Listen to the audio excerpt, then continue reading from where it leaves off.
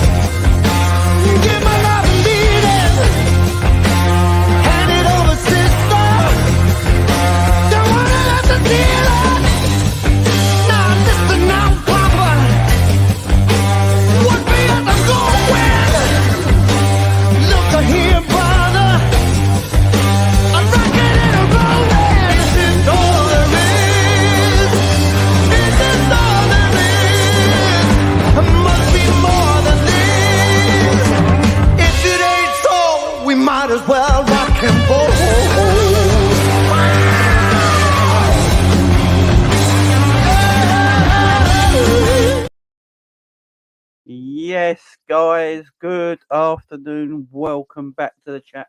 Welcome back to the channel. How is everyone doing? Hope you're all doing really well. Hope you all had a great weekend. Big up to everyone. Sorry I wasn't around this weekend that much, guys. I was just spending my weekend with the family, ain't gonna lie. Spending my weekend with the family, having a good time with the family. And yeah, but I'm back now, guys. Hope everyone's doing good. Don't forget to go and smash that like button as soon as you come in. Don't forget to hit the subscribe button as well. And all that good stuff. But big up to everyone in chat. How are you all? First of all, let me know in the chat how you are. I hope you're all doing well. And hope you all had a great weekend as well. Lots to talk about on today's show. Obviously, we're going to do my match reaction to the Brighton Liverpool game where it ended 2-2. I'm going to give you my thoughts on the game, my honest thoughts on the game. We're going to go through match ratings as well. I'm going to give you my match ratings for the game. And then we've got things to talk about as well. My issue with Luis Diaz. Yeah, I've got an issue with Luis Diaz that I need to explain here on the channel today. The team that Jurgen Klopp picked didn't make sense to me, especially what happened on Thursday night when he took players off thinking they're going to be rested for this game. Never made sense to me. Macalester in this number 6 position that we're all talking about. I won't go too much into detail on that because I've got a video tomorrow morning, guys. So the breakfast shows, the coffee show is back from tomorrow morning, guys. 10 a.m. tomorrow morning, the coffee morning shows are back. So make sure you're tuning into the channel every single day at 10 a.m. Monday to Friday. The coffee mornings are back, guys, starting from tomorrow. And tomorrow's show is going to be at the Liverpool number 6 position and what we can do in that position. So make sure you are there. But big up to everyone in the chat. Hope you're all doing well. Don't forget, if you're new to this channel, don't forget to go and hit that subscribe button. We're on our way to 5,000 subs. I think we're 70 people away. So I need 70 new subs. Get to 5K as quick as we can. Yeah, big up to everyone here. Much love to all of you. I hope you're all doing well. I feel fresh, shaved, haircut, feel better, feel fresh now. Man, let's talk about the game. Let's talk about the game. So Liverpool 2, Brighton 2 at the MX. Another difficult away game for Liverpool. Before I get into the game, guys, big up to all of you. I was going through our fixtures today already.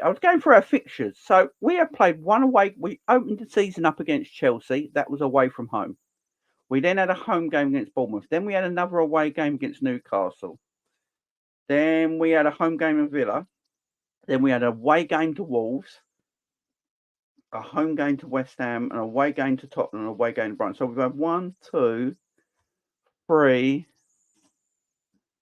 I think we've had 4 away games to start the season, and we've only played 1, 2, 3, 4, 5, 6, 7, 8. So we had 7. So we played 7 league games and we've had 4 away from home.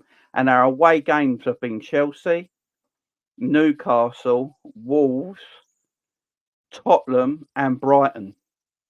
Now, if you think of it like that, guys, that's all been our away games this season. That's been all our away games in this season. That's quite a difficult start to the Premier League. You think about them away games we've had already this season. We have played everyone in the top 8, apart from Wolves, I think, away from home. So if you think about it like that, and we're only 3 points behind Tottenham and Arsenal in the Premier League going into the international break, this ain't been a bad start of the season. And if you see our fixtures we've got after the international break, Liverpool are right up there, guys. Look, after the international break, we have got Everton at home. We've got back-to-back home games. We've got Everton at home, Nottingham Forest at home. Then we've got Luton away, Brentford at home, and then Man City away on the 25th of November. So we should beat Everton at home. We should beat Forest at home. We should definitely beat Luton away. And we should beat Brentford at home. No excuses. Them next 4 Premier League games should all be W's. That's all I want to see. W's, man. In their next 4 games. It was a depressing... Let's get on to the game now, Lo. It was a depressing game in a way because we're watching the game, like you guys. We're all chilling watching this game, and my same frustrations about Liverpool has been there since last season as well. We have got no style of play at the moment. And that's my biggest issue with us right now. We have got no style of play at the moment. You know, we're such a mixed bunch when we play.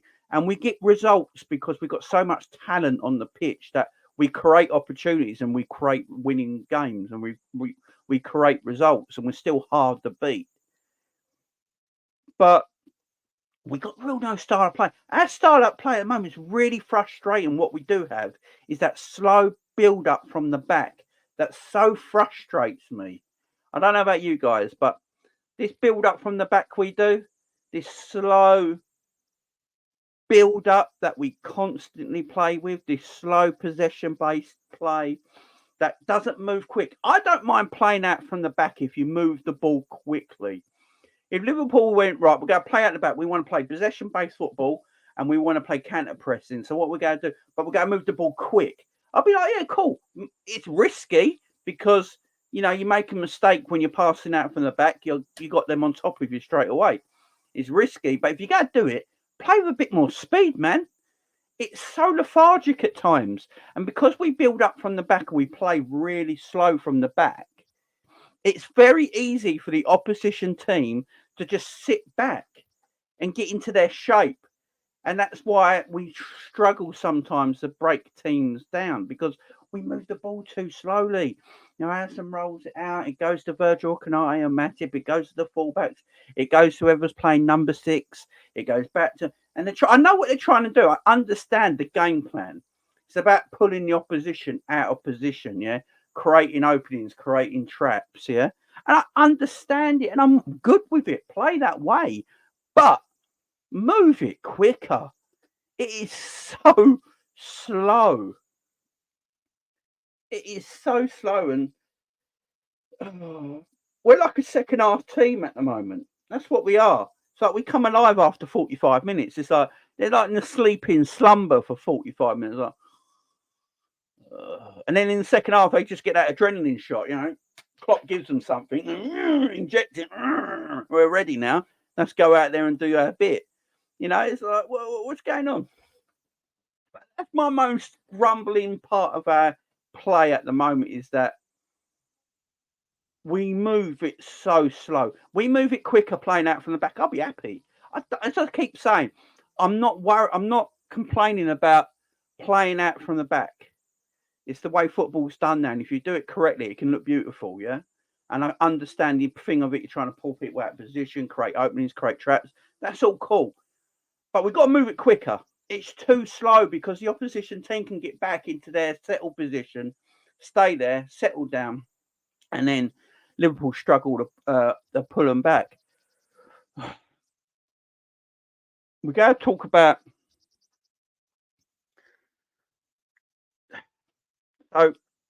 Brighton's first goal. There's been a bit of like Liverpool fans all basically we're all a bit arguing amongst ourselves whose fault it was for Brighton's first goal.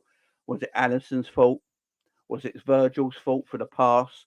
Was it Macalister's actual fault for not reading the game and not moving to the ball quickly before Virgil passes it? I don't know. I can't sit here and go, it's so-and-so's fault and so-and-so's fault because I've watched it back. I was just literally watching it. I was watching Enzy's show, Big Up Enz and Savage and all that. I was watching them and they were talking about it and they got their opinion and people in their chat had their opinion. So I went back and watched the highlights. Go watch the YouTube highlights, the Liverpool-Brighton game, and watch their first goal. And when Virgil's got the ball, Virgil can see everything in front of him. You know, Virgil's got the ability, because he's the centre-back, he's looking at the whole game in front of him. So Virgil has the ability to see where everyone is on the pitch and who hasn't got a man near them. Now, Brighton had an excellent press yesterday, and Brighton play with a high line and they play with an excellent press. And they were doing that all game. They play one-on-one. You know, they defend one-on-one. They man mark one-on-one. So when they press, they go. And Virgil's got the ability to see everything in front of him. I've watched this back. As I say, I just watched it back right now. I literally, before we went live, I just watched it back. I wish I could play it on the channel because it's very hard to say what it is without the visual. You know what I mean? If I could put the visual on the screen, I'd love it. But YouTube will just copyright it and the Premier League will take my channel, the video down. But if you go back and watch the highlights, guys, I beg you to go back and watch highlights. Even if you're on your phone or computer or on your telly, and you've got another device free, yeah, and you've got YouTube, go and put Liverpool 2, Brighton 2 in the YouTube search. Get the highlights up, right? And straight away they show you the first goal. Do that now, guys, I beg you, because if you could see it as well as I'm talking about it, you might know what I mean. So Virgil's got the whole game in front of him. He knows Brighton are excellent on the press so far today. You know, their pressing game has been tremendous. Virgil's on the ball. He's got the whole game in front of him. Alisson, and this is another thing we got to remember. Virgil just received the ball from Alisson. Alisson was nearer Trent in the right-back position than he was in his goal, yeah? So Alisson's position is near Trent in that right-back position. He receives the ball off Alisson. Alisson's jogging back to his goal. Yeah. Virgil turns to see the whole game in front of him. The pass for Virgil, that was the pass that he should have made, was to Robbo.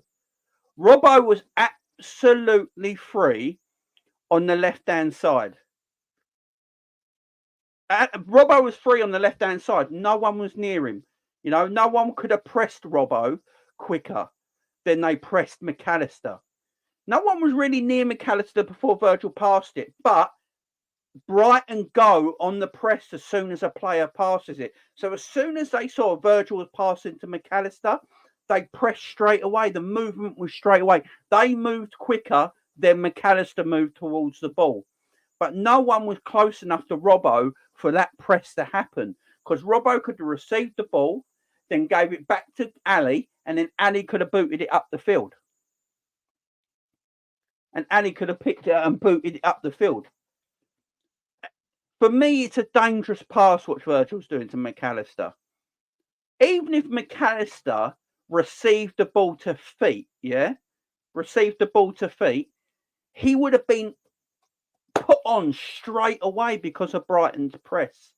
And this is what the argument I'm having with people at the moment. And I'm not saying everyone's wrong in what they're saying. And people were saying like it's Macalister's fault because he doesn't move to the ball quick enough. And that's correct. Macalister's on his heels. You know, Macalester is not moving. As soon as he sees Virgil got the ball and Virgil's looking up and he's only looking at you, Virgil's not looking anywhere on the pitch. He's only looking at you and he's about to kick that ball to you, pass that ball to you. You're about to receive that pass. You need to be on your toes. So Macalester should have been running and moving towards Virgil anyway. So I'm not. So that should be happening anyway. But even if he received the ball from Virgil and he took it into his feet with good control and he's on the ball, the problem is straight away, Brighton would have been on Macalester straight away, real quick. And then Macalister's got to somehow get rid of it and they could still have scored from that position. The pass was to Robbo. The pass was to Robbo. It's as simple as that. The pass was to Robbo. If I can... Right, I'm going to try something here. Right, everyone cross their fingers for me because I'm going to try something here, okay? I'm going to try something for... Give me 1 second, guys. Right. I'm going to quickly try something and hope, fingers crossed, this works and I don't get done. All right? I'm going to try and pause it on the thing and then show you what I mean, okay? I'm going to keep it on mute. I'm just letting this video play. I'm going to pause the position and then I'm going to put it on the screen. Hang on 1 second. 1 second.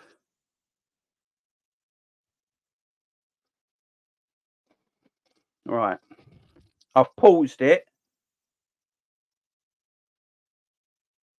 Right. Let's see if I can do this. All right. Fingers crossed this don't F me. Fingers crossed this don't F me.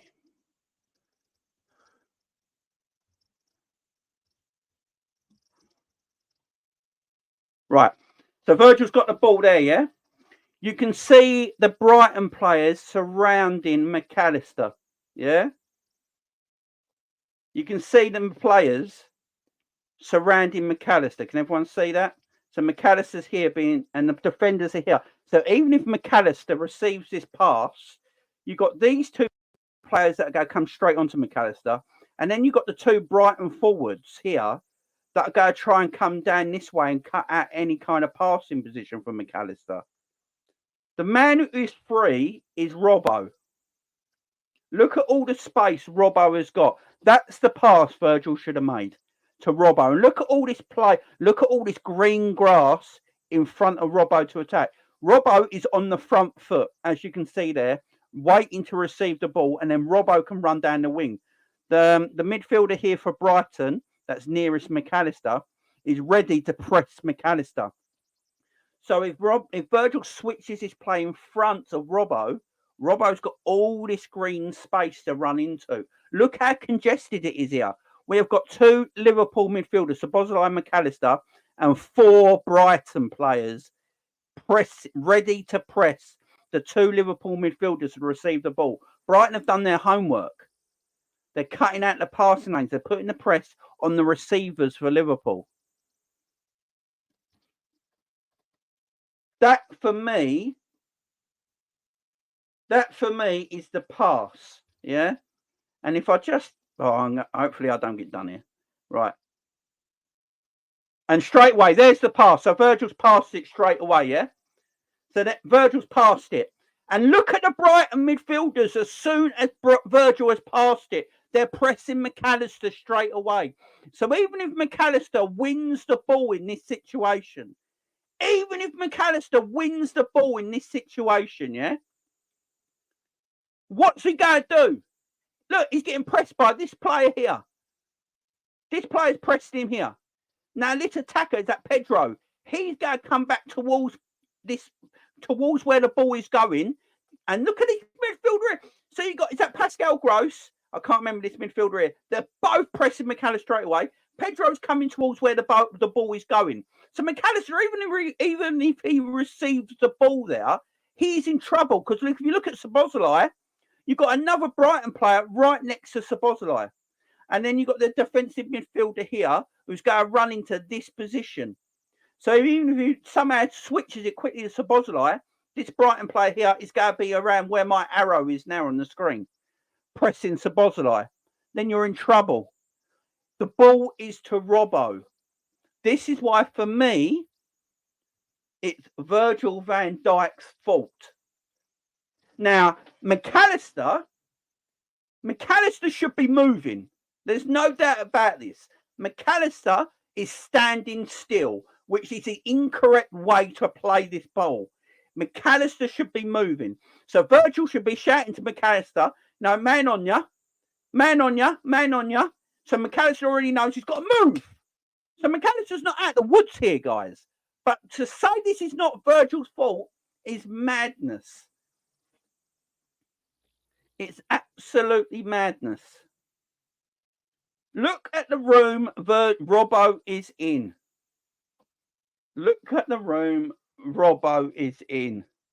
He's there to receive the ball. He's there to receive the ball. So hopefully, guys, I won't get done for that because it's still pictures. So hopefully it's all good and I don't get copyrighted. Please, please, please. But I need to put up images for you guys to understand what I'm trying to say, because there'll be some people that will watch the game and they've not gone back and watched it and they just go to say, oh, it's Macalister's fault. Macalister's partly to blame because Macalister's not moving. He's on his heels. He's not moving. Virgil has just received the ball off Alisson. As we saw on the image there, Alisson is nearer Trent than he is near the goal. So why Virgil's going into the middle of the pitch where we've got 2 Liverpool midfielders, but 4 Brighton players around them 2 Liverpool midfielders, I have no idea. Because if it goes wrong, the goal is pretty much empty.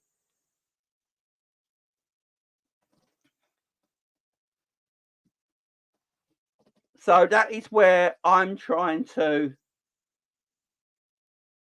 That's where I'm trying to make sense of this, yeah?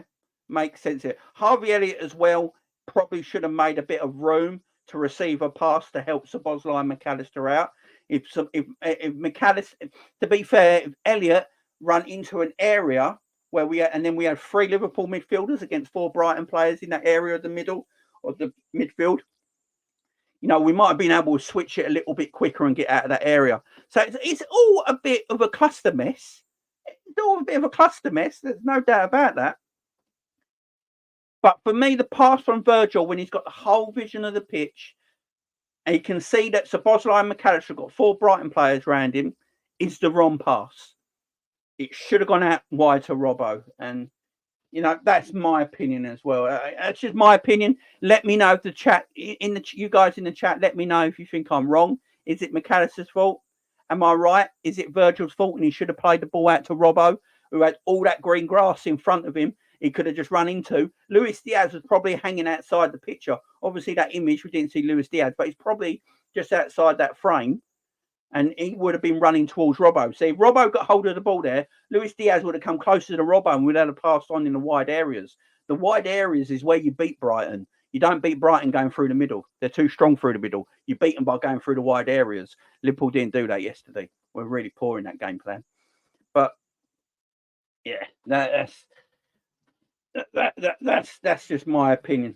That's just my opinion. Like, Brighton are very good on the press to play a high line, and we're playing really slow out the back, going through the middle. Help it make sense, guys. Please help it make sense. I don't understand our game plan sometimes. You know, Brighton at home are going to be a good side, yeah? Forget what happened against Aston Villa. That was away from home. Brighton are at home here. They're a good side at home. They play beautiful football. They're very well coached. Yeah. We know their strongest part of their game is through the middle. Yeah. They're excellent through the middle because they have a very good defensive press and a very good attacking press. What do? We play really slow through the middle. Makes no sense to me whatsoever. Our best opportunities all came from wider positions when we went wide and then came inside. That's the best way we played. That's how we got the penalty and so forth and so on. But we play too slow continuously, all the time. And I've been saying it for ages now, and people keep saying I'm wrong. But if you look at all the goals Liverpool always concede, it's playing out from the back. We're not good at playing it because we play too slow. We play so slow out from the back. Once it goes into midfield, we lose the ball. And then in transition, we are awful. We can't defend in transition. We just can't because we're out of position. We're already out of position. So Liverpool play slowly out from the back. We always play through the middle. I don't know why, when our strengths are out wide, I don't know why we play continuously through the middle against every single team we play. Every match Liverpool play, commentary always goes, Liverpool got to play this wider. Liverpool got to play out in the wide areas more. It's too congested through the middle. But they continuously do it. They continuously go through the middle all the time, and it winds me up. And then we lose the ball. And because we lose the ball, we're out of position at the back. So on transition, we're terrible. And that's how we concede every single goal. Stop playing through the damn middle so slowly, Klopp. Go into wider positions. You got Salah, Diaz's, Darwin's. You got all these wide players that can go out there in these wide areas and cause issues. You can put the ball out wide. You got Trent and Robbo who want to go that way constantly, and we're stopping them now. This is another thing I don't get either. We have taken Trent and Robbo's natural game away from them. Can someone explain to me why? Why have we taken Trent and Robbo's natural game away from them? Robbo is not the left back he used to be for Liverpool. He just isn't. He doesn't bomb forward no more. It's like he's not allowed to bomb forward as much as he used to do. These used to be our strengths, guys. Liverpool's strengths used to be the wide areas. Go back to all the times under Jurgen Klopp. This is our strengths. Robbo, Trent, Mane, Salah. It was the wide areas. We overloaded people in these wide areas, and that's where our creativity came from. And then the midfield was the engine room and won all the balls back and got turnover and stuff like that. Now, we're not playing really Trent in his wide area. We're making him like a third centre-back quarterback, where that's not his strength. We're making Robbo like this third half-breed centre-back, half-breed left-back, which is not his strength. Get them going for wide areas, playing quickly, playing direct. That's the Liverpool I love. The wide, direct, quick movement of the football. We used to score goals with 2 passes. What's happened to that? What's happened to Liverpool scoring quality goals in 3 passes? I bet everyone in the chat loved that back in the day. When Liverpool used to go, under Jurgen Klopp used to go, right, 3 passes and a goal. Super direct. Yeah? But it was a beautiful goal. It weren't like Big Sam football where you're just hoofing it. It was 3 beautiful long passes. It was direct. It was quick. 3 or 4 passes, bang, goal. 3 or 4 passes, bang, goal. 3 or 4 passes, bang, goal. Now we play this, you've got to pass the ball 27 times before you have a shot. These 27 passes before you have a shot is awful. It don't work for us. It's not us. It's not in our DNA under Jurgen Klopp. It's just not the way we want to play. You can tell the players don't like it. Sometimes it will get good results. We've started the season really well. Yeah? So the results are there. But I just want to see a bit more directness from Liverpool, a bit more picking up the ball a bit quicker. I've seen Liverpool content creators saying we're too direct. I don't know what games they're watching. I've seen Liverpool content creators saying we're too direct. We need to hold the ball a bit more and be more possession-based. What games you watching? We're not direct at all.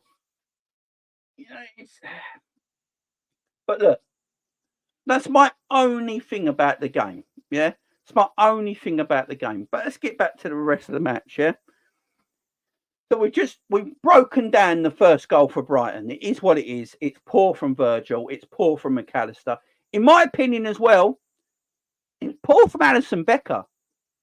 Alisson's not caught any flack for this, by the way, because all the talk's on Macalester or Virgil.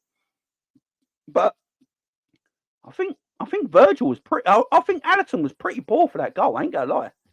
I think Alisson was pretty poor for that goal. And it's gone right under the radar because it's Alisson Becker, and I understand that he's the best goalkeeper in the world. But even him being the best goalkeeper in the world, he can make mistakes. He's a goalkeeper. It happens. You deal with it. You move on. But, yeah, I don't know what Alisson was doing for that goal either.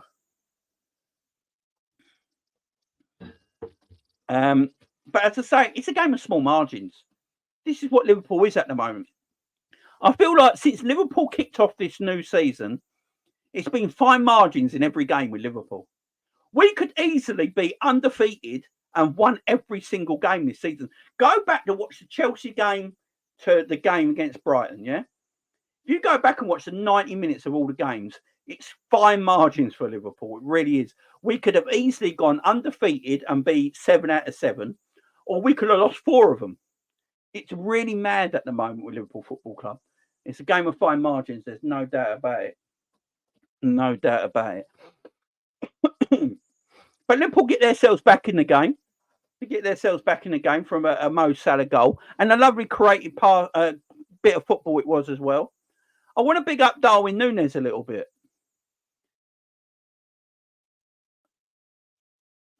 Yeah, we're still...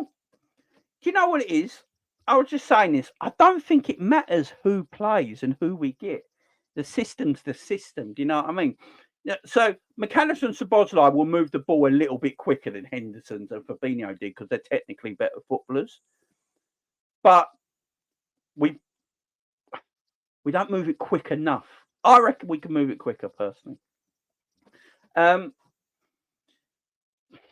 Yeah, lovely goal from Mo Salah. It was good build-up play, but I've got to big up Darwin Nunez a little bit. Darwin's been... this is the Darwin Nunez I wanted to see. He's becoming the striker I think Jurgen Klopp is trying to make now. You know, Darwin's link-up play is getting far better. His hold-up play with his back to goal is getting far better. He's running off the ball is always excellent. He's running with the ball now. He's very good as well. He's becoming a very good player. His link up with Mo Salah is always really good. Him and Mo Salah have just got this good understanding between the two of them. So I want to big up Darwin Nunez. I thought Darwin actually had a very good game yesterday. I know he didn't score, but I think he got an assist, and he was the pass before the penalty as well, wasn't he? So Darwin had a really good game yesterday. I think Darwin created both goals in a way. So I thought Darwin was very good. I was happy with Darwin's performance yesterday. So this is what I want from my strikers. If my striker is not a guy to score a goal, yeah, I want him to have an impact elsewhere on the pitch. There's a certain striker in the Premier League who's the best goal scorer in the world, but when he ain't scoring goals, he does nothing. And I mean nothing. Yeah, we all know who it is. People go come for me. He's the best player in the world. No, he ain't. This man should never win a Ballon d'Or. Yeah, he's a limited footballer. Yeah, he don't score goals. He does nothing else in the game. I'm just saying it. I'm calling it as it is. I thought Darwin was. I thought Darwin I think Darwin is a better right. I'm going to say this right now. Clip me up. I don't care. I've had enough. Darwin is technically a better footballer than Haaland. There you go. I've said it. All right, I've said it. Haaland, but get this, guys, before everyone goes absolutely nuts and go, Haaland is a far better goal scorer than Darwin Nunez by a country mile. They don't exist on the same planet. But as a footballer, Darwin's better than Haaland. There you go. I think Haaland's well basic. I'm telling you right now. I think Haaland is completely and utterly basic as a footballer. But as a goal scorer, there is hardly anyone better in the world. Probably no one. But if I go back on goal scorers, the best number 9s in world footballs, is Haaland better than Luis Suarez? No. If Luis Suarez done more in the game, he was a better footballer. R9 was a better footballer. Kane is a better footballer. Lewandowski is a better footballer. Haaland's just basic, but he's a goal scoring genius.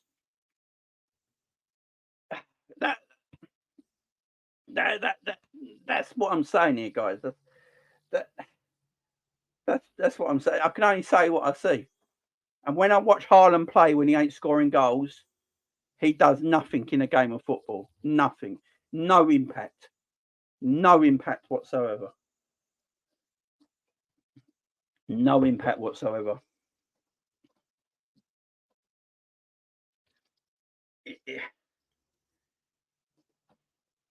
You need to feed Haaland, in my opinion.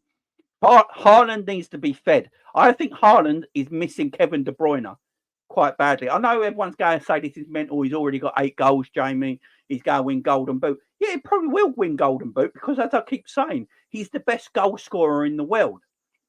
Yeah?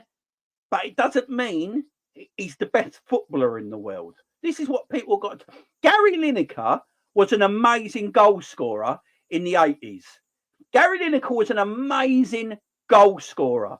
But he just hang around the 6-yard box for tap-ins and stuff like that. He wasn't a tremendous overall footballer. This is where people have got to get the... when we say things like this, when we say, like, Haaland's not a great footballer, but it's a tremendous goal scorer, this is what we've got to talk about. You know,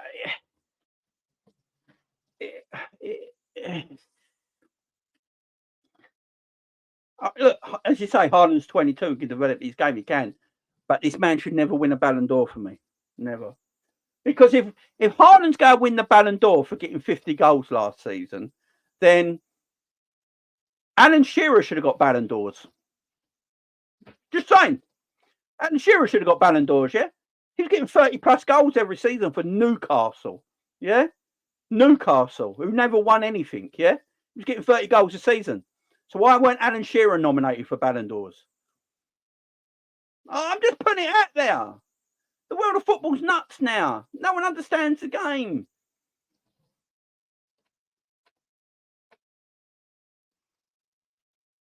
You know what I mean?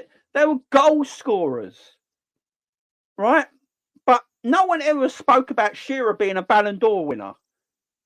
He's getting 30-plus goals a season for Newcastle. He was banging 30 goals for Southampton when he was younger, which everyone forgets about because they're too young, obviously. But Shearer used to bang 30 goals or whatever it was for Southampton. That's why Blackburn bought him. And then Blackburn bought him and he didn't stop scoring. He won a Premier League with them. Then he went to Newcastle scoring 30 goals a season. Didn't win anything, but he's scoring 30 goals a season. So why was Shearer never up for Ballon d'Ors? And if we're going on trebles and cups won, then if that's the way it is now, fair enough. If that's the way it is now, that you can only win a Ballon d'Or if your team is successful, but Ballon d'Ors are individual awards. It's not a team award. They're individual awards. This is why, in my opinion, individual awards should not exist in football. Because you can have far better players in the world than Haaland at Man City, but they've not got the chance to win the trophies Haaland's got because they're not at Man City. But they're better footballers. This is what I'm saying about individual awards in football. It makes no sense for me. I don't get it. It's a team game. It's a team game. George Weah was one of the greatest players I've ever seen play.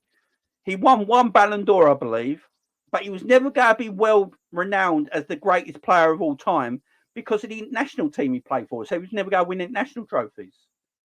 This is what I'm saying. Individual awards shouldn't count in football. Andy Cole at Man United. Look at Andy Cole at Newcastle. Andy Cole was banging in 40 goals a season at Newcastle. Got his move to Man United. Started banging 30 goals for Man United every season. But people don't talk about Andy Cole. When it comes up about Premier League's greatest strikers, they never mention Andy Cole because all they say is, oh, he's just a gunman. All he did was score goals. He didn't do nothing else. But then everyone's praising Haaland, who only scores goals and does nothing else. We want to give him the biggest trophy in world football, the Ballon d'Or. Make it make sense. Make it make sense. The world we live in. It's the FIFA generational world we live in now, where people just go on stats. They just, oh, he's got a gold card on FIFA and a 96 rating. Oh, it just does my head in. You know, it's just that sort of shit does my head in. Right, I've gone away from Darwin Nunez talk, but yeah, Darwin Nunez I thought was excellent. I thought Darwin Nunez was very, very, very good yesterday. When my striker ain't able to score goals or get shots off or anything like that, but he's contributing to other areas of the pitch that are getting us goals, he's doing a good job. That's what I want my striker to do. When they're not contributing to goals, they need to contribute elsewhere on the pitch. They can't just be a man that does nothing, gets no touches of football, and just waits for the ball to happen to drop to him in the box. If that's not happening, you've got to be contributing to the team. And I think Darwin's starting to do that more and more and more. You know, he is contributing to the team more he plays. And that's what I want to see from him. Yeah, as I said, the comparisons between him and Haaland are ridiculous because Haaland's a better goal scorer than Darwin's ever going to be in his career. But I think Darwin can bring a lot more to his game than Haaland does at Man City when he's not scoring goals. That's all I'm going to say. That's all I'm going to say. Otherwise, people get angry, click me up and say, I don't know what I'm talking about and I don't know ball. You know, all that sort of crap that you hear from people these days. Oh, he don't know ball. He don't know ball. Yeah. I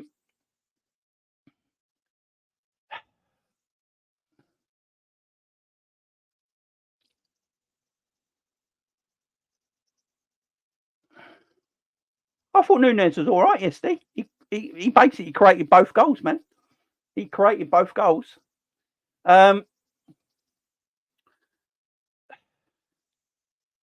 It was a lovely goal by Mo Salah, the equaliser. Really well played by Harvey Elliott as well, because Harvey Elliott left it. Now, I don't think Harvey was good yesterday. We're going to have a chat about Harvey Elliott. But he left the ball, and when he left the ball, it was the correct decision because it landed to Mo Salah, who had a better angle to stroke that ball in the back of the net. So it's a lovely build-up play and a really worked goal. Then we get to the main talking point, yeah?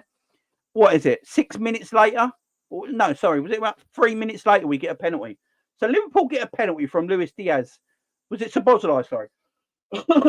Szoboszlai getting pulled down, right? Now, when I was watching this downstairs with the wife, I was watching this in my living room yesterday with the wife, watching the game. And we both said straight away, well, that's a red card. Because Szoboszlai is about to just put that ball in the net. He's literally about to slide the ball in the back of the net. And Gross pulls him down. Pascal Gross pulls him down. It's a red card. And the fact he never got booked. He never got booked. And this is my problem with these damn refs. And I keep talking about it all the time. I've done my videos. I did my video the other day that got taken down by the Premier League. Because I just spoke facts and they don't want to hear it at the moment because we live in this echo chamber where only certain things can be said. But at the end of the day, these refs are corrupt. I'm going to say it right now for what it is. We all saw the Arsenal Man City game. We all saw 2 red card challenges that only got 1 yellow card. They're corrupt. Can we just say what it is? I've had enough now. Absolute corruption. And then the PGMOL have come out and said he should have been sent off. Should have been sent off. Their laws in their new laws they put out, I think everyone saw it on Twitter because everyone was retweeting it. And then the rest are saying after, yeah, he should have been sent off because it is denying a goal scoring opportunity because he is about to stroke the ball in the back of the net. Should have been sent. He didn't even get booked. Didn't even get booked. Oh, these refs, man, they're so bad, it's unreal. These refs are so bad, it is unreal. And then I watched the Man City Arsenal game. By the way, the Man City Arsenal game was the worst game of football I have seen all season. It was dross. It was absolute dross. The worst game of football I've seen this season, Arsenal Man City. Terrible, terrible game. Man City looked jank. Man City, I've got a thing about that later in the video where people keep talking about if players are missing, they're not the same from Liverpool. Well, I've got something to say about Man City later because it's peeing me off. But I saw Kovacic. Oh my God. Curtis Jones got sent off. So Curtis Jones last week got sent off against Tottenham for a genuine challenge for the ball. Yeah? For a genuine challenge for the ball. Kovacic did 2 extremely dangerous tackles, nowhere near the ball, and got 1 yellow card. They even reviewed it to VAR, and they still said it was a yellow card. Are you telling me there's no corruption in football? Are we saying there's no corruption in football? Come on. Even Paul Merson, who I don't like, basically told Mike Dean on Soccer Saturday, there's corruption in football. You lot are absolutely thick, or there's corruption in football. How you... Oh. And then Mike Dean says, it's the rules of the game. It's the rules of the sport. And like Paul Merson said, it's the rules you guys keep making up to suit your agendas. You make a new rule up every week to suit your agenda because you get one... Because what happens is, guys, this is what happens with these officials, yeah? They get things wrong in a game, and instead of correcting their wrongs and sacking people that shouldn't be in charge of our game, what they do, they change the rule for next week. So the next week's game, oh, this rule is changed now. So this handball is this rule now. This offside is that rule. We're going to do this. We're going to do that. Oh, we can go back and check things now. We can pause games. You know, they change the rule for themselves. They change the rules to themselves continuously. Yeah, continuously.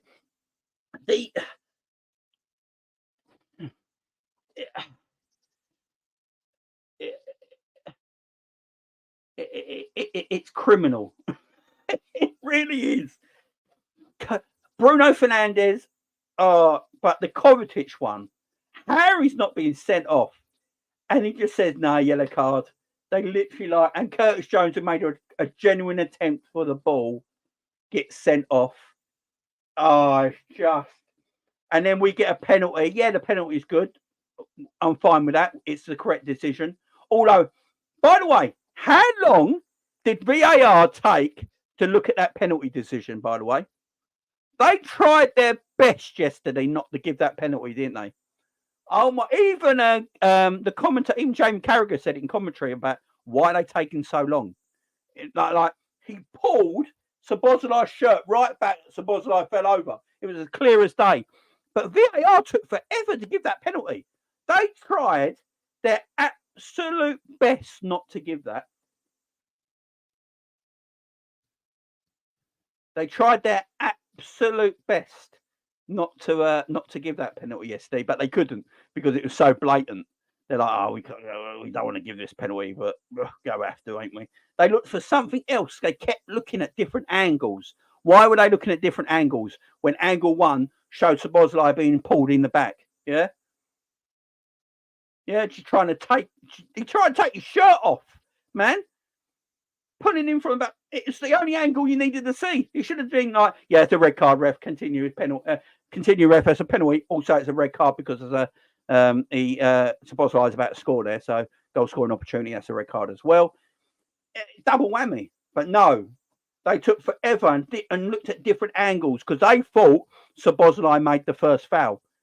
That's what they thought. They thought Szoboszlai made the first foul, and that is why they took so long to give that decision. That is why they were looking at so many different angles, because they thought Szoboszlai made the first foul, and they did not want to give that penalty. I'm telling you right now. That's what happened there. These refs are awful, man. They're just terrible, and I'm sick of the injustices we keep getting. Forget about everyone else right now. We keep getting this all the time. Brighton should have played with 10 men for the rest of that game, and we would probably won this match because they wouldn't have been able to attack like they did in the second half. We would have won that game. I reckon we would have won that game 3 or 4-1 in the end. All right? But no, they keep him on. They don't even book him.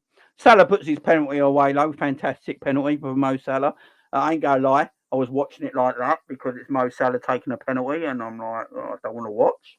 But yeah, good penalty. We were 2-1 up. And I'm like, right, we're 2-1 up now. Let's just settle down because we shouldn't be winning this game because we've been terrible. But we're winning this game of football. We're 2-1 up.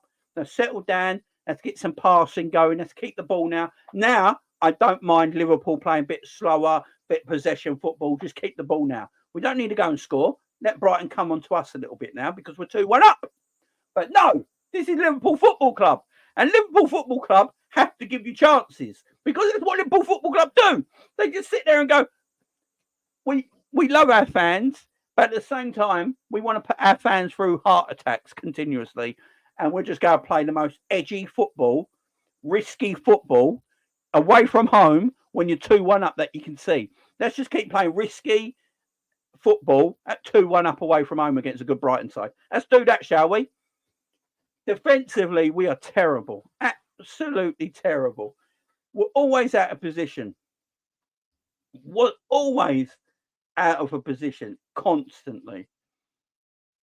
And their second goal from that free kick. What we do? What was Robbo doing? Like, does anyone know what Robbo was doing? Like, legitimately, does anyone know what Robbo was doing? I need to ask. What was he doing? What? Just kick it. Just kick it. Because you're there. Robbo has won the ball. And then he pulls out. Because he's apparently worried it'll be an own goal. How about you worry about that after? Yeah? Worry about that after, Robbo. Because you're there, you've won the ball, and you pull out. I ain't seen pulling out that quick since, you know what I mean? Pulls. You know, it's ridiculous.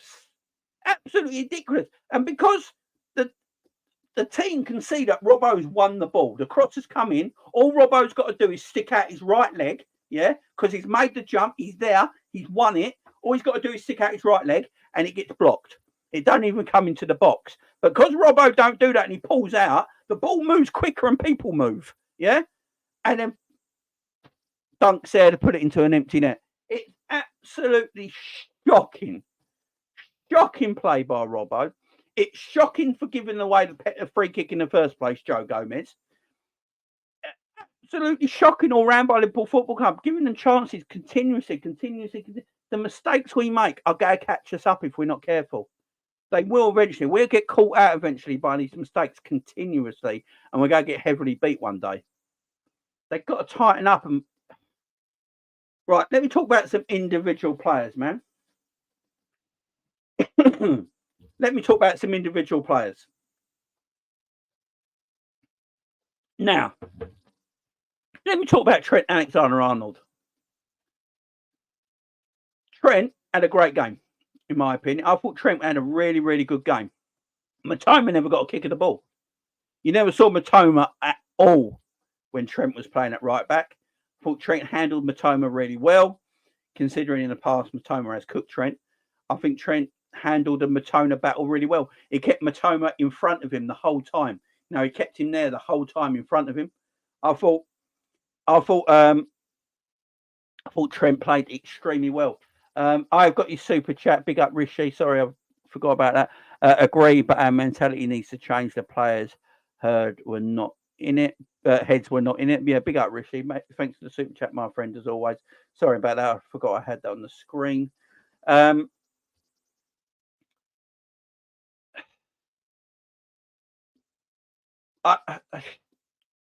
Trent, I thought was really good, man. I thought Trent was really good. Now,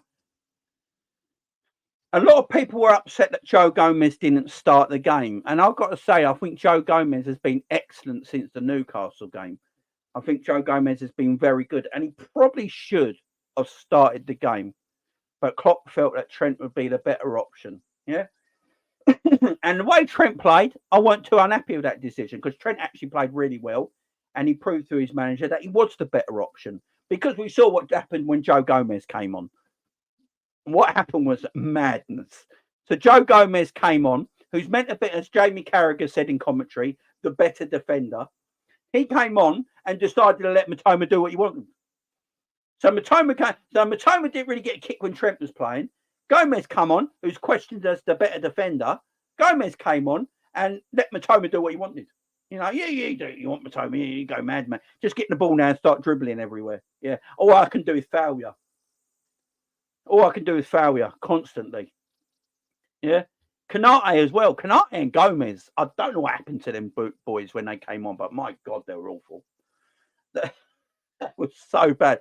Them substitutions. Probably in Klopp's head, he's thinking, I'm bringing on better defenders because Brighton are coming on to us a little bit here. I need to shore it up a little bit. So I can understand the substitutions. In Klopp's mind, he's thinking, I'm bringing on better defenders. Gomez is arguably a better defender than Trent, so I'm bringing him on now with 10 minutes to go. Konate is fresh, he's young, he's aggressive, he's quick, he's a good defender. I'm bringing him on for Matip, yeah? So I understand the substitutions. I ain't really got a problem with substitutions because as a manager, I'm thinking, right, my boys are getting tired. Brighton are coming on us a little bit now in attacking sense. We're 2-1 up. Let's defend this out. Let's get Trent and Trent's just come back from injury. So he's looking a bit tired. Let's take Trent off. I bring Gomez on, who's defended really well in the last 4 games in Trent's absence. So I put Gomez on. And Konate, I put him on for Matip. Yeah. But no, Gomez and Konate decided to go, you know what, boss? No, we're just going to come on this pitch and absolutely be dog shit. It's madness to me. They came on. So I can't really blame Klopp because he made the correct choices. He brought on 2 good defenders who have been defending really well to see out the last 10 minutes of the game. But then 2 defenders came on and decided to be absolutely dog crap. So I can't blame the manager for that whatsoever. You know, what you can blame the manager for maybe is not playing Gomez to start with. But yeah, Trent had Matoma in his pocket all game. I thought Trent was absolutely fantastic. And as I say, I'm not blaming Jurgen Klopp for bringing Gomez on because Gomez is a good defender.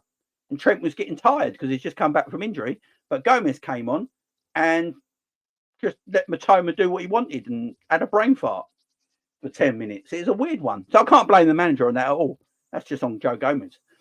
But look, we're going to get to the Luis Diaz thing in a minute because I need to talk about Luis Diaz. And we're going to talk about Macalester in his number 6 position. But at the end of the day, guys, a point away from home to Brighton, I know we're winning the game. Guys. But at the end of the day, it's not the worst result. We've had, 4 or 5 away games in our opening 7 matches. We've had difficult away games. We've gone away to Wolves. We've gone away to Tottenham. We've gone away to Chelsea. We've gone away to Brighton. These are difficult away games that we don't have to face now for the rest of the season. All them teams have got to come to our place now. And we're only 3 points behind Tottenham and Arsenal. That's all we are. We're 2 points behind Man City or a point behind Man City. I think we're a point behind Man City and 3 points behind Tottenham and Arsenal. When we come back from the international duties, international week, in 2 weeks' time, we have got Everton at home, Nottingham Forest at home in our next 2 games. We've also got, we've got Everton at home, Nottingham Forest at home, Luton away, and Brentford at home. They're our next 4 Premier League games. So Everton at home, Forest at home, 2 home games in a row. Then we're away to Luton and at home to Brentford. So we have got 3 home games in our next 4 matches against very winnable opposition. So I'm not too worried about our start to the Premier League, guys. I know we lost to Tottenham. That loss should have never happened. We know what happened there. Corruption happened. We were beating Brighton. We should have held on for the win against Brighton. There's no doubt about that. That's our fault. We were poor. But we got a point away from home. And you look at it, Man City, I don't think are the team that they were last season. I don't think they're the team they were the year before. I don't think their squad's big enough to cope without the injuries to their main players. Rodri's a massive miss to Man City when he don't play. I don't think they've won a game without Rodri in the team. Apart from the Champions League game. Yeah, the Champions League game they won. No, he played in that, didn't he? Yeah, he played in the Champions League game. I don't think they've won a game when Rodri isn't playing. They've lost 3 domestic games in a row. They've lost 2 Premier League games in a row and the League Cup game before that. And Rodri didn't play in any of them. He's a massive miss to their side. They've got no one in their team that can replace Rodri. Gundogan will be a massive miss. Gundogan will be a massive miss to Man City the longer the season goes on because he could replace Rodri easily because he's exceptional. But they've not got that now. They played Lewis and Kovacic in midfield, guys. If Liverpool played that midfield yesterday that Man City played, everyone would be on FSG's arse. I can guarantee you that right now. If Liverpool played a youth out of the youth team and Kovacic in our midfield, everyone would be going to FSG. Right, this is all FSG's fault. Look at this, it's terrible. What we doing here? Yeah, but Man City got more money than God, and they played that midfield, and no one blames their owners. I don't think they bought well in the summer. I really don't. I don't think they bought well in the summer at all. You know, I don't think they bought well in the summer at all. I don't think City are technically as good as they were last season or the year before that or the year before that. I think Bernardo Silva is a fabulous footballer, really good footballer, but he's been playing at Man City for a while now, and his legs are looking old. You know, he's looking like an older footballer now. His legs look like they're going a little bit. If Haaland's not scoring goals, he struggles in games. It's been factual now. We've seen it enough now. The wide areas, you know, Foden's not the superstar I think Foden should be. I honestly don't understand why Foden don't play more. I don't get it. So I think Liverpool. I think Liverpool are right in there, guys. They are.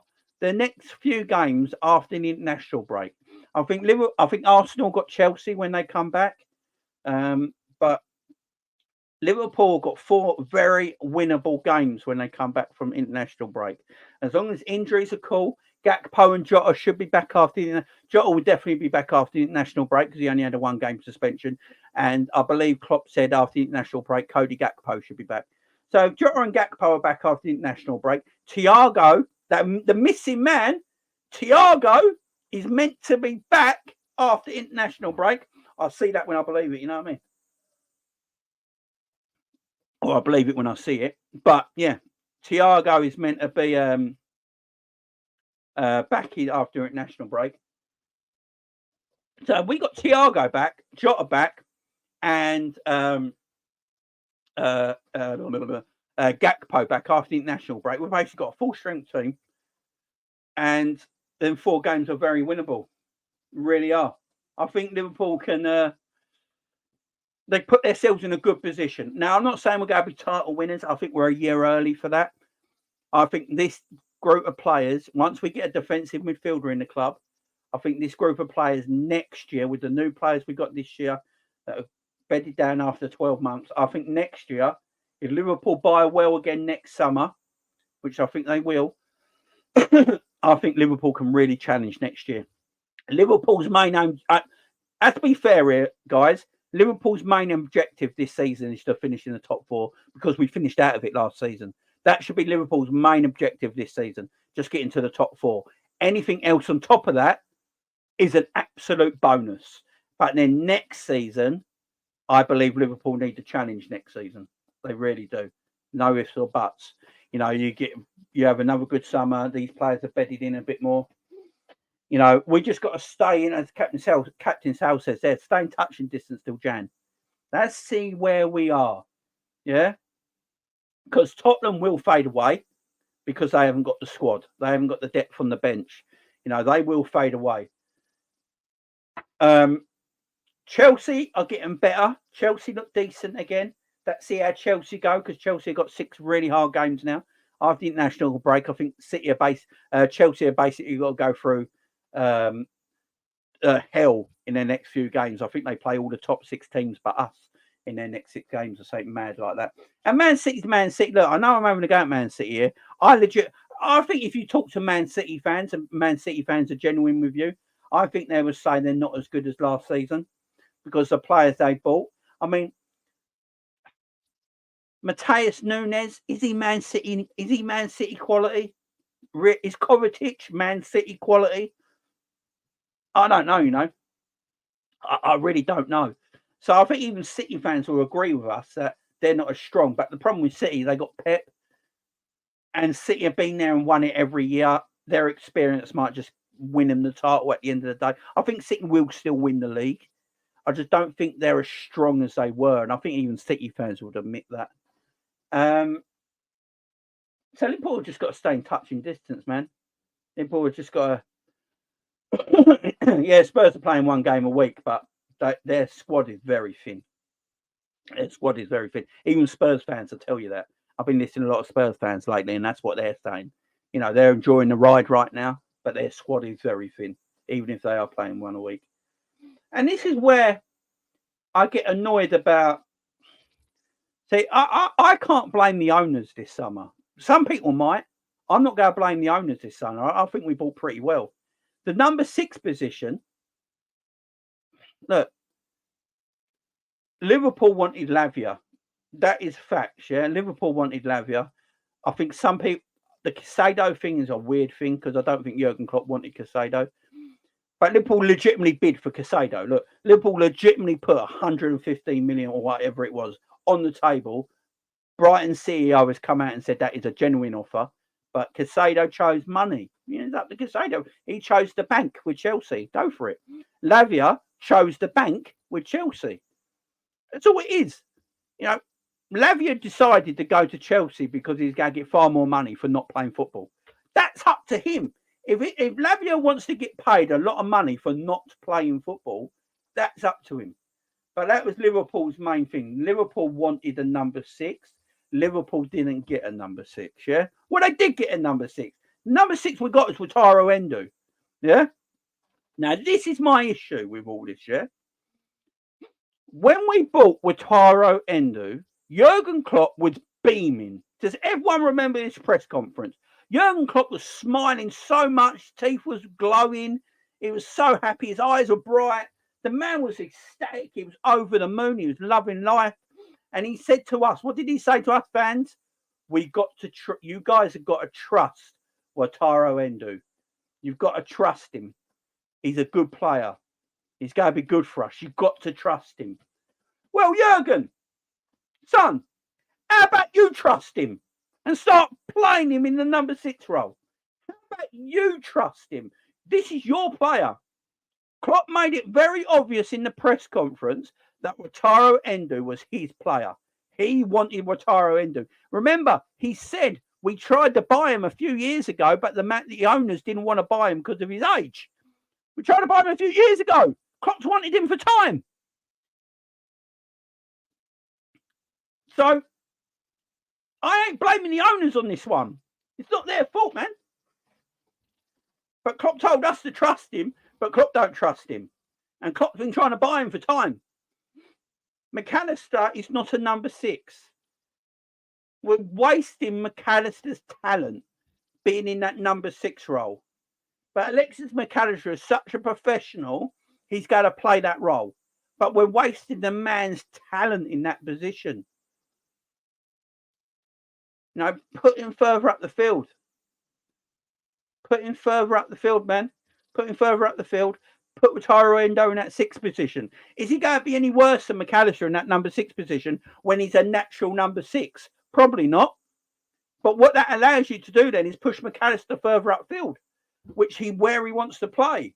And Szoboszlai and Macalester and that sort of like, them 2 number 8s getting forward.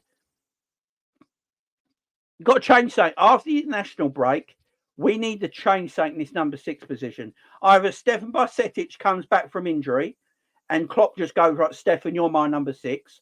I'm going to play you in that number 6 position. Or he just goes to Endo and goes, you know what? I bought you as my number 6. You're a defensive midfielder. I'm going to have to trust you and play you in your position and get Macalester out of that role. But Klopp's told us to trust him. How about you start trusting him, Klopp? And I'm not saying that Wataru Endo's good enough, guys, because he isn't. Right? I'm not saying he's good enough, but he's a natural defensive midfielder. Macalester isn't. I'm not a chef. I can barely cook. But if you put me in the kitchen, I'm going to try my best, but I'm going to burn everything. That's what Macalester's doing. Macalester's burning all the food, but he's giving it his best shot because he don't play there. As I keep saying, Wataru Endo is probably not good enough, guys. But he's more natural to that position than Macalester is. This reminds me of the centre-back issues we had a few years ago when Virgil van Dijk got injured, Matic got injured, and Joe Gomez got injured. And they were out for the whole season, and we had no centre-backs. What did Jurgen Klopp do? He played Henderson and Fabinho as our 2 main midfielders at the time, in Henderson and Fabinho, played centre-back. What happened then? we had no midfielders and we got overrun in every game and beat all the time. And what did Klopp do? He eventually put 2 centre-backs in their natural position in Nat Phillips and Reece Williams. Now, Nat Phillips and Reece Williams were not good enough to play for Liverpool Football Club. We know this. But guess what? When they played as 2 centre-backs because they're centre-backs, we went on a bit of a run and finished in the top 4 that season. So I'm not saying Wataru Endo's good enough because he's probably not. But he's natural to that position. And then you put Macalester in his natural position and you might see a little bit better in midfield. I don't think it's rocket science. I don't think it's rocket science at all. Let me know what you guys think in the chat.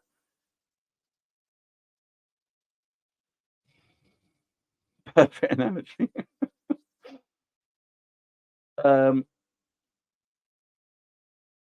Big up, Michael. Big up, Michael. How you doing, my friend? Yeah, Graham Birch needs to start games. Graham Birch needs to start games. There's no doubt about this. Now, this man's talented, man. This man has got talent. Yeah. All right, we never got to it. He should have scored. He hit the post. Okay, he didn't connect with the ball well enough. But my God, he's got talent. He is a super player. Why is Klopp persisting with Harvey Elliott? No, I'm not. I don't like it when everyone hates on Harvey Elliott. Harvey Elliott can't help being 5'7" and small. Yeah, he just can't help it. He's 5'7" and he's small. He's not strong, so he's not robust enough to be in a Klopp midfield. Yeah, you've got to be quite a robust midfielder to play in Klopp's midfield the way he wants you to play. Harvey Elliott's not that. He's 5'7". He's got small shoulders. He's tiny. He's not robust enough. And you've got Graham Birch there, who is far better than Harvey Elliott already. And I think they're the same age. And he's far better. Yeah? But Graham Birch has to start games now after the international break, in my opinion. If Curtis Jones is not available, then Graham Birch has to play. And then you've got a toss-up who plays between Curtis Jones and Graham Birch once Curtis Jones becomes available after his suspension. Then Klopp's got to, Harvey Elliott's at the back of the list. Harvey Elliott's a squad player. He comes on 10, 15 minutes to go, and that's his game at the moment. He's actually quite good at that. He's an impact player at the moment, Harvey Elliott. He comes on 10, 15 minutes in games. He looks comfortable. He looks good because legs are tired, and he looks decent on the ball and gets into them spaces. But for me, our best midfield at the moment is got between Curtis Jones and Graham Birch with Szoboszlai, Macalester, or whoever plays DM. They're the Klopp's got to make a decision on them.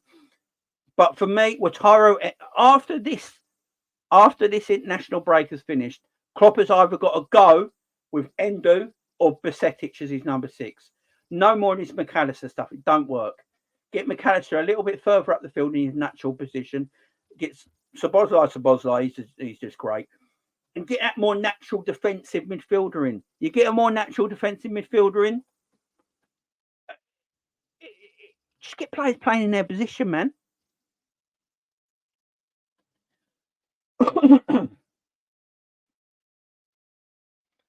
Oh, very winnable, Michael. Very winnable. What is it? Everton at home, Forest at home in the next 2 games. Luton away, then Brentford at home. And then we've got League Cup game away to Bournemouth, I believe. And then back-to-back Europa League games to Toulouse. Is it Toulouse? Yeah, Toulouse. So, in fact, Liverpool should win every one of them games. Even the Europa League games. These winner, and this is what I'm saying. These games coming up, there is no get either when Endo or Besetic in that 6th position. Get them in them 6 positions while we got these 4 games coming up, and we can. It's gonna help, man. Jones is old and grab, but yeah, Curtis Jones. I think Curtis Jones is starting to prove people wrong, man. Harvey Elliott's been good this season coming off the bench. I will give Harvey Elliott that. Coming off the bench this season, Harvey Elliott's been good. When Harvey Elliott starts games, that's when he don't look as good because he's not robust enough. When he comes on for 20, 15, 10 minutes in games, the opposition team are more tired to not go press him as much. So there's a bit more freedom and a bit more time on the ball. But from the start of a game, Harvey he's not up to it. And I like Harvey, I really do. But yeah,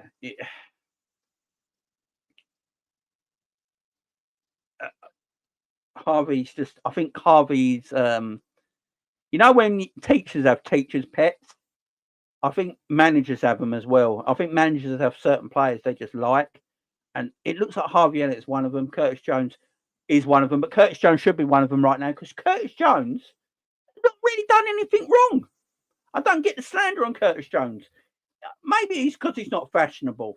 Do I think he's a better footballer than Gravenberch? No. I think Gravenberch going forward as he grows in this position, I think Gravenberch will be a far better footballer. I think Gravenberch can score 10 goals in a season as well.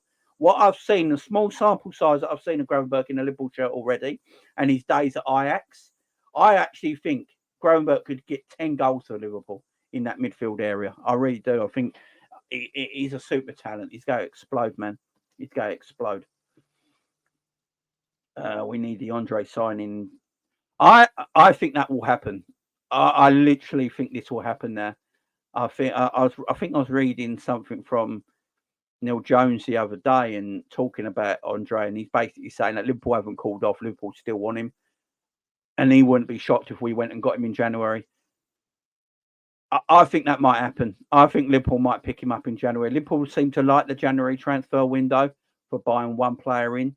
You know, got Gakpo last year, Luis Diaz the year before. We've got a Suarez in January before. We've got a Skirtle in January before. So Liverpool do like the January transfer market. I won't be sure. I think that might happen. I literally think that might. Now, what worries me is that Klopp wants to. Apparently, these are rumours. I don't know if they're true or not because you know what the media is like. But apparently, Klopp wants Thiago to sign a new contract. I don't. We can't rely on him. He takes a squad position up in the team, and he can't be relied on. Now, I don't even think he's our best. Like some Liverpool fans still think Thiago, when he's fit, is Liverpool's best midfielder still. I don't think that anymore. I actually think Szoboszlai has taken that role now. I think Szoboszlai is Liverpool's best midfielder, hands down. I think Gravenberch is as. If he plays more, I think Gravenberch will give us more than Thiago. I really do. I think Szoboszlai and Gravenberch, if they play more, especially Gravenberch, if he starts to play more and he's fit, when he's healthy, I think he'll actually give us more than Thiago will when he plays. That's just my opinion in a way. I could be like, people might think I'm wrong here, but I like Thiago. I think he's a quality footballer. He's just not the Thiago that was at Bayern Munich at Liverpool. It's as simple as that. I think the Premier League's too quick for him. I think he's getting too many injuries in England because of the pace. And I wouldn't sign him to a new deal. Still think he's a quality footballer, don't get me wrong. Thiago will have moments of magic in the game this season. There's no doubt about it. This season, Thiago will have magical moments at Liverpool. I have no doubt about that, right? But in the long term, and I'm talking long term here, we can't be short-sighted. Gravenberch and Szoboszlai are the answer. Go and get Andre in as well from Fluminense. Go and get him in as well. They're more of your future than Thiago is. So for me, Thiago shouldn't get a new deal because I think we're going to be moving on as a team and looking at different players. We're getting Andre in who's young, Gravenberch, Szoboszlai, Macalester. We don't need Thiago, in my opinion.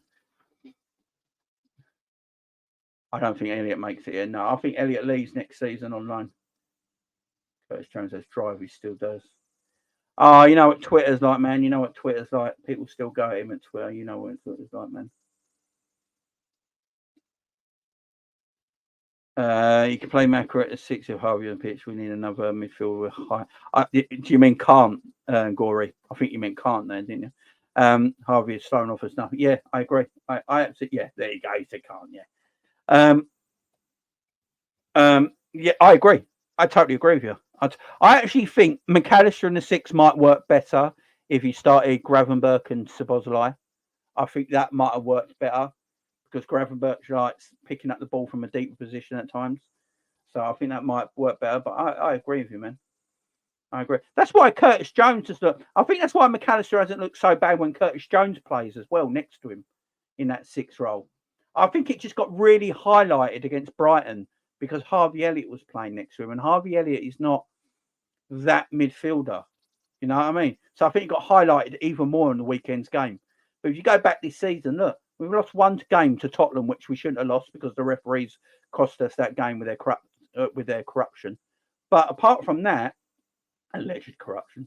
Apart from that, Curtis Jones, Macalester, and Szoboszlai have been pretty good in reality for a new midfield out of a brand new midfield that we just whacked on the pitch to start the season. So I think it's getting really highlighted from the game against Brighton.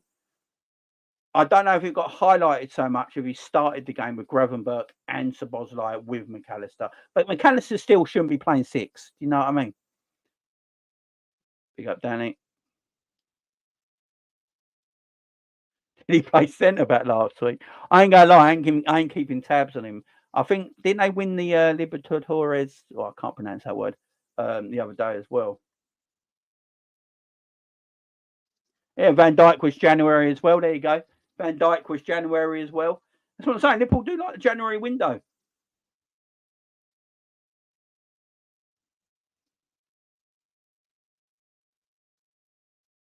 Jones is the most improved player. That is so true. Klopp sabotaged Titans challenge and title by CDM. Yeah, look, Klopp wanted Lavia. Liverpool just weren't going to pay 60 million for Lavia, and in my opinion, they're right not to as well because he's not worth that. And now he's not even playing for Chelsea, so it's. I don't know if he's in. He might be injured. Though. I think he's injured, but he weren't playing before he was injured anyway. But yeah. It's a weird one. It's a weird one. I don't know if they're waiting around for the right CDM. I don't know who the right defensive midfielder is. I know Klopp and Liverpool sometimes wait for the quote-unquote right player. I don't know who the right player is for this CDM role. I don't know who they got their eyes on. I don't know who they're looking at. But there needs to be something. I don't think this Andre guy, Michael might know more of me because he watches a lot more of the world and European football than I do. But I don't think he's I don't think he's a defensive-minded midfielder. I think he's more of that. What everyone keeps telling me is more like a Thiago midfielder, maybe a controller that sits back a little bit deeper than most midfielders, but he's not an out-and-out CDM. I'm not sure. Grav still needs to earn praise. But, yeah, that's fair enough. Fair enough. I like him. I rate him. Big up, Ashley. How you doing, man? Graver surprised me, to be honest. Midfield looked better with him in. Yeah, man, did. Just saw the highlights and it makes me realise how much Mane is better. Oh, what, the Diaz stuff? Yeah, well, don't. I'm going to get killed for the Diaz stuff. Yeah, Chouameni was always his first choice. Always. Right, Luis Diaz, before I end up my show, look, Luis Diaz, what? Luis Diaz frustrates the hell out of me. Let's just put it this way. Luis Diaz is the most frustrating footballer in our club. I ain't gonna lie. He frustrates me so much because he's obviously a super talented player, right? He's obviously a super talented player, but he always looks tired. He always looks tired. Like he starts the game, he's 5 minutes in and he looks shattered. Like, what is going on? Do you sleep at night? Like, you never look awake. He never looks fresh. He always looks lethargic. He always looks tired. I thought he was terrible. I've seen people been giving Luis Diaz 7 out of 10 ratings. 7 out of 10 for Luis Diaz for yesterday's game. Like, what you watching? Dog. Yes, it's got a sex edition. It's just keeping him up all night. Diaz gets hugely protected, and I don't know why. For me, right, this might sound balmy. From the last 10 games of this last season to this season, Curtis Jones has been better than Luis Diaz, in my opinion, right? But Curtis Jones gets criticised in every single game. Every single game Curtis Jones gets played in, he gets absolutely bombarded and criticised in every single game. And Luis Diaz gets praised for being awful. I never understand it. I never understand it. Luis Diaz don't even go past his fullback anymore. He doesn't take his fullback on no more. I don't know what's happened to him. It might be the knee injury. If it's the knee injury and he don't do that no more, then we got to think about letting him go, because he's not going past his fullback anymore. He might do it once or twice in the game, and everyone goes, "Whoa! Oh, what a player! What a player!" And then he disappears for the rest of the 87 minutes. Yeah, he does it once or twice in the game, and then the rest of the game is like disappeared. So does anyone know where Luis Diaz is? Is he still playing? Is he on the pitch? No, what's going on? He runs at a fullback and then stops and then passes it backwards. Why does he do that? What? Why does he do that? Luis Diaz gets the ball. He looks like he's going to go on a run. He gets to the fullback and he stops and then passes it backwards. Can someone explain why he does that? I don't get it. And he don't look as quick as he did before his knee injury either. Or is it just me? Is it just me, or does he not look as quick now? Is it me, or does Luis Diaz actually look quite slow when he's running? He couldn't catch the fullback for Brighton yesterday when the fullback went up the pitch. Diaz was like, "What has happened to you? Like, where's your pace gone? Like, it's gone." That knee injury has really messed him up. Really has. Because before that, obviously, Diaz was cooking.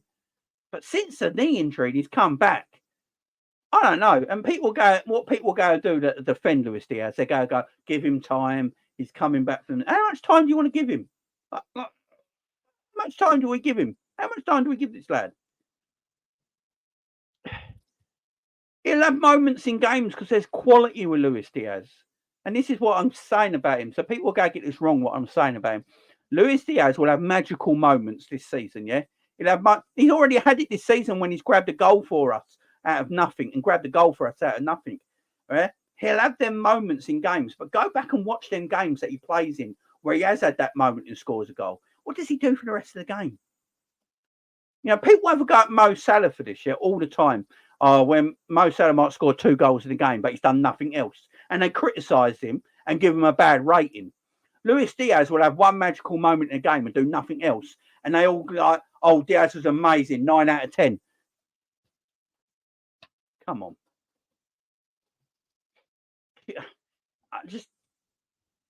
Diaz is a very talented footballer. There's a baller in Diaz. There's no doubt about it. He's a super talented footballer.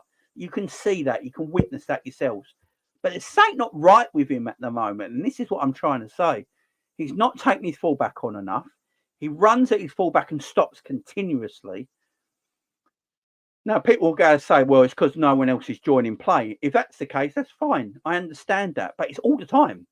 It's not like once or twice in the game. It's all the time. Luis Diaz is always at his best. For me, Luis Diaz is at his best when he runs down the left-hand side and he cuts in.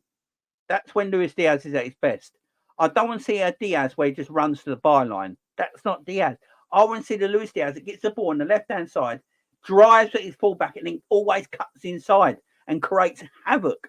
That's the Luis Diaz I want to see. I want to see that more.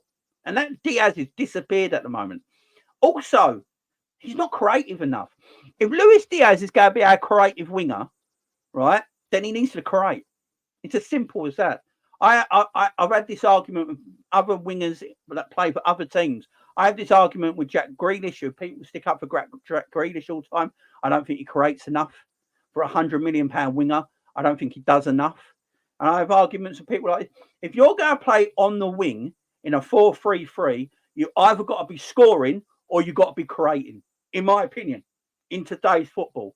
This ain't the 90s, it ain't the 80s, it ain't the 70s. This is 2023, 2024. In my opinion, if you're playing 4-3-3 in attacking teams, and we're an attacking team with a 4-3-3, and you play as a winger, you've either got to be scoring goals or creating. You've got to be doing one or the other.